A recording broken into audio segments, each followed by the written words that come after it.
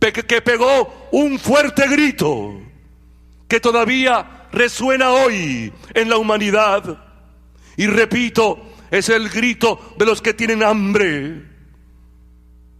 de los que se mueren por desnutrición. Es el grito de multitudes que saben que esta tragedia que están viviendo no es porque Dios lo ha querido, sino por culpa de la avaricia y codicia nuestra, y porque vivimos en un sistema injusto, antievangélico,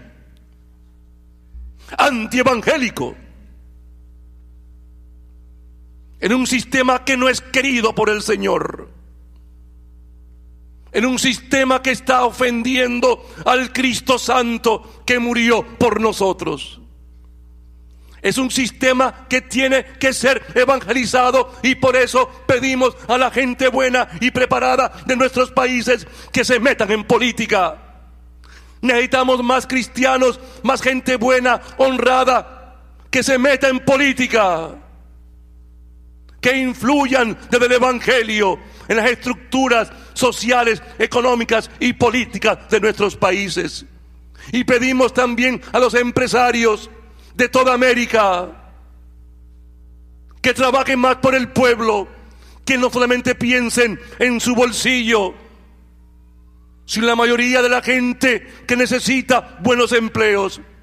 Y a los gobiernos también, que inviertan más en educación para preparar mejor a nuestros pueblos, hacerlos competitivos, y que mejoren los sistemas de salud y de vivienda. Eso lo pedimos los obispos, eso lo pide la iglesia y lo exige, eso lo pide Dios. Por eso hay de aquellos que cuando venga el juicio final se encuentren con un juicio en donde la verdad se va a saber, y en donde ellos, humillados, avergonzados, caerán de rodillas pidiendo perdón a Dios por todo el mal que hicieron obedeciendo a su egoísmo. Pero ya será muy tarde. Él, en cambio, fue traspasado por nuestras rebeliones, triturado por nuestros crímenes. Sobre él descargó el castigo que nos sana, y con sus cicatrices nos hemos sanado. Versículo 6. Todos errábamos como ovejas, cada uno por su lado, y el Señor cargó sobre él todos nuestros crímenes. Por culpa mía, por mi pecado, por su pecado, por el pecado nuestro, por el pecado social, el pecado ambiental, por el pecado de los políticos, de los empresarios, por el pecado nuestro también a veces como obispos, como sacerdotes, que no reaccionamos ante este dolor de la gente y seguimos centrados solamente en nuestras liturgias, que son importantes, por cierto, pero hay que abrirse más al dolor de Cristo, Cristo, Cristo, que está ahí en nuestras calles clamando por justicia. Maltratado, aguantaba, no abría la boca, como cordero llevado al matadero, como oveja muda ante el esquilador, no abría la boca. Ahí está Jesús, viviendo sus últimos momentos, pensando que su muerte iba a salvarnos a todos, pero también pensando en que como cristianos no íbamos todos a obedecerle a Él, pensando en las sucesivas guerras que se han dado en la humanidad, en este reguero de sangre que continúa, pensando en toda esta situación en donde la gente cada vez es más pobre y huye a Estados Unidos desesperadamente, pensando en nuestro egoísmo y en nuestra avaricia y codicia, pensando en grupos que se comen todo y no dejan nada a los demás que son sus hermanos, pensando en los Lázaros que están ahí pidiendo desesperadamente algo, que de lo que caiga de la mesa de aquellos que tienen todo, las migajas. Lázaro con los perros intentando coger algunas de las migajas que caían de la mesa del rico Epulón.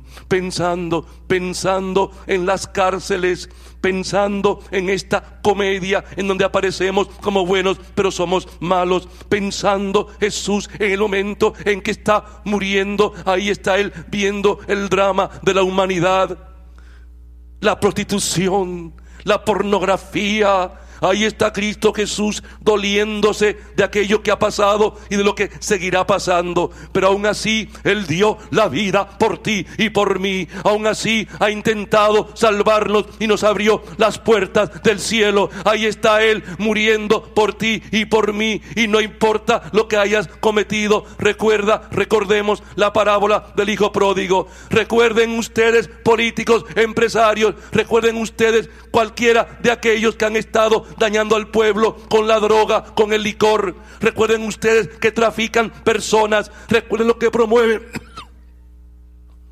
la prostitución. Que está la parábola del hijo pródigo, y que todos tienen una oportunidad de cambio, que Dios no le va a cerrar las puertas del cielo a nadie. Que aún el más grande pecador, aún el que cometió las más grandes barbaridades, puede ser salvado, puede ser resucitado. Si se arrepiente de sus pecados, puede ser salvado. Y la iglesia tiene que predicar el evangelio de la misericordia. Nosotros no estamos para condenar a nadie, porque Cristo nunca condenó a nadie. Estamos para predicar el evangelio de la misericordia, para que todo aquel que va por mal camino cambie de rumbo, se arrepienta de sus pecados y vuelva al sendero de la vida, al camino estrecho.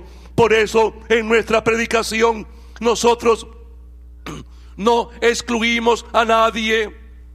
Nosotros estamos manifestando al mundo que el Señor es misericordioso, que el Señor es bueno y santo, que el Señor tiene abierto su corazón a todo hijo e hija de Él. No importa las cosas malas que hayan pasado, no importa lo que haya sucedido. Toda persona tiene derecho a un cambio, tiene derecho a arrepentirse, y toda persona, mientras tenga vida, es coheredera con Cristo del reino. Pero si muere así, obcecado por su pecado, obsesionado por su maldad, se irá al infierno. Eso está claro en la parábola también del rico Epulón. Se irá al infierno. Por esa razón, nosotros, ante esta cultura de la muerte, promovemos una cultura de la vida, en donde estamos matando nuestra avaricia y nuestra codicia, en donde nos proponemos a vivir de manera austera, hermano, luchando contra este consumismo exagerado, luchando contra este materialismo que tanto daño nos hace. Váyase a Santiago, al capítulo 4. Tremendo capítulo 4, y el 5 también. Lea capítulo 4 conmigo. ¿De dónde nacen las peleas y las guerras? Sino de los malos deseos que siempre están luchando en su interior. Repito, ¿de dónde nacen las peleas y las guerras? Sino de los malos deseos que siempre están luchando en su interior. Deseamos cosas que no necesitamos, cosas que no nos convienen, cosas que a fin de cuentas, ¿para qué las queremos? ¿Para qué? ¿Crees tú que con esas cosas vas a ser más feliz? Si tienes un corazón amargado, egoísta, sucio, lleno de ira, de resentimiento, por más cosas que compres, tu corazón va a seguir igualito, hasta que te arrodilles ante Jesús, pidas perdón de tus pecados y sanación de tu alma. Y luego sanado te darás cuenta que no necesitas ir a un mall todos los días, para andar ahí comprando cosas innecesarias. Te darás cuenta que esa platita se puede usar justamente para calmar en algo el hambre de los Cristos que están solos, de los Cristos que están allí abandonados, de los Cristos que son fruto de esta cultura de la muerte. Entonces te dedicarás con más fuerzas y energías a trabajar por jóvenes delincuentes en centros de recuperación, o por enfermos del SIDA que están ahí relegados en hospitales. Cuando tú sientas, y yo sé que muchos lo han sentido para la gloria de Dios, que el corazón se ha sanado, entonces se te abrirá el alma para buscar a aquellos que más te necesitan. Y te pasearás menos por los centros comerciales y estarás más en un asilo de ancianos. Así es. Y esto es fruto de la conversión, hermano. Es fruto de la conversión. Porque por más oración que hagamos, lo dice Jesús, no todo el que diga Señor, Señor se salvará. Hemos predicado en tus plazas. Bueno, ¿y qué? Si no has compartido el pan con el hambriento. ¿Dónde está la parábola del buen samaritano, por ejemplo? El Señor nos invita como parte de esta cultura de la vida, de esta civilización del amor, abrirnos en compasión a los que más sufren y apoyar a aquellos que más sufren. Y Dios bendiga a ustedes que trabajando aquí en Estados Unidos de manera honrada y decente mandan a nuestros países, a nuestros pueblos, esas remesas, esa platita que tanto ayuda a las familias. Gracias al Señor por vidas como la de ustedes, que son gente buena y que trabajan también por nuestros países, apoyándonos en nuestra pobreza.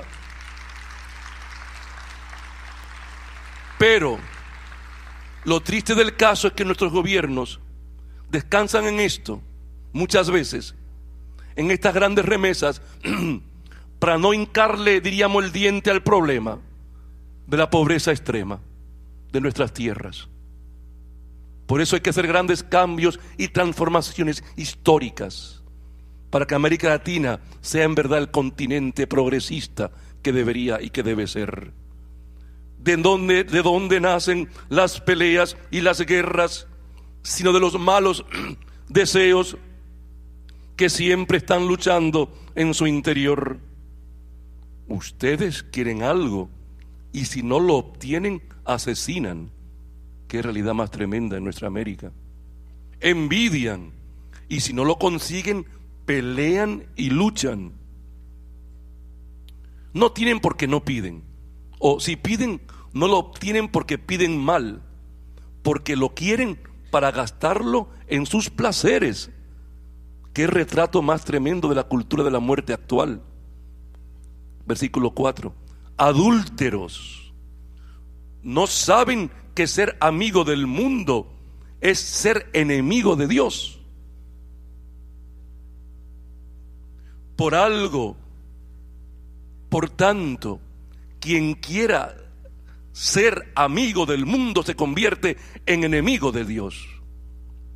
Por algo dice la Escritura: Dios quiere celosamente a nuestro espíritu, y en hacer favores nadie le gana. Por eso dice: Dios resiste a los soberbios y da su gracia a los humildes. Sométanse a Dios, resistan al diablo y huirá de ustedes. Acérquense a Dios y se acercará a ustedes. Purifiquen sus manos, pecadores, y santifiquen sus conciencias, indecisos. Reconozcan su miseria, hagan duelo y lloren. Que su risa se convierta en llanto y su gozo en tristeza. Humíllense delante del Señor y Él los levantará. Aquí está la presencia, la voz, la palabra de Dios dirigida a los que promueven la cultura de la muerte. Los llama adúlteros, que es simplemente un eco de lo que en el Antiguo Testamento se llamaba y era idólatra. Porque los profetas muchas veces comparaban la idolatría con el adulterio. dejar a Dios por revolcarse en las colinas, detrás de las colinas con los ídolos del mundo.